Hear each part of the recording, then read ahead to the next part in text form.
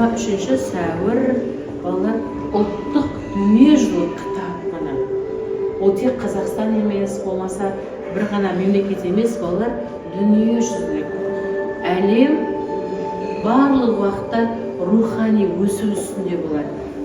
Халық, адам қалай рухани өседі, бұл бірден бір бізге көркем әдебиет болар.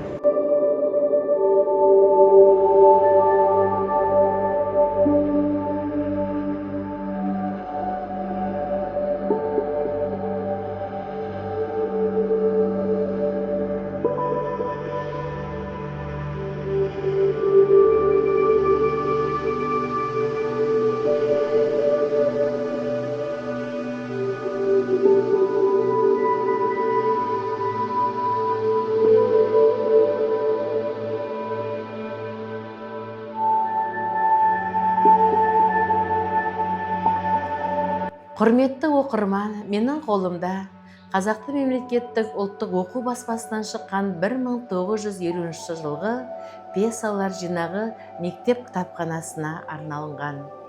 Бұл кітаптар бізге сабыр мен терең ойға жетелейді, тарихқа құрметті арттырады.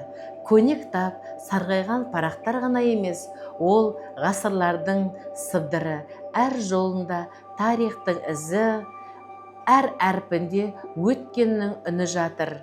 Мұндай кітаптарды оқушыларымыз парақтаған кезде тек қана ақпарат қана алған жоқ, олар өткенмен сырласқандай әсер алды. Олар кітаптың иісі, қағазы, жазу мәнері бәрі де оқушыларымызға ерекше атмосфера сыйлады. Көне кітаптар уақыттан аман қалған үн. Оларды сақтау тек кітапты сақтау ғана емес, тұтас тарихты, мәдениетті, рухани әлемді қорғау. Құрметті оқырман, кітап оқыған адам уақыттан озады. Сіздерді дүниежүзілік ұлттық кітап күнімен құттықтаймыз.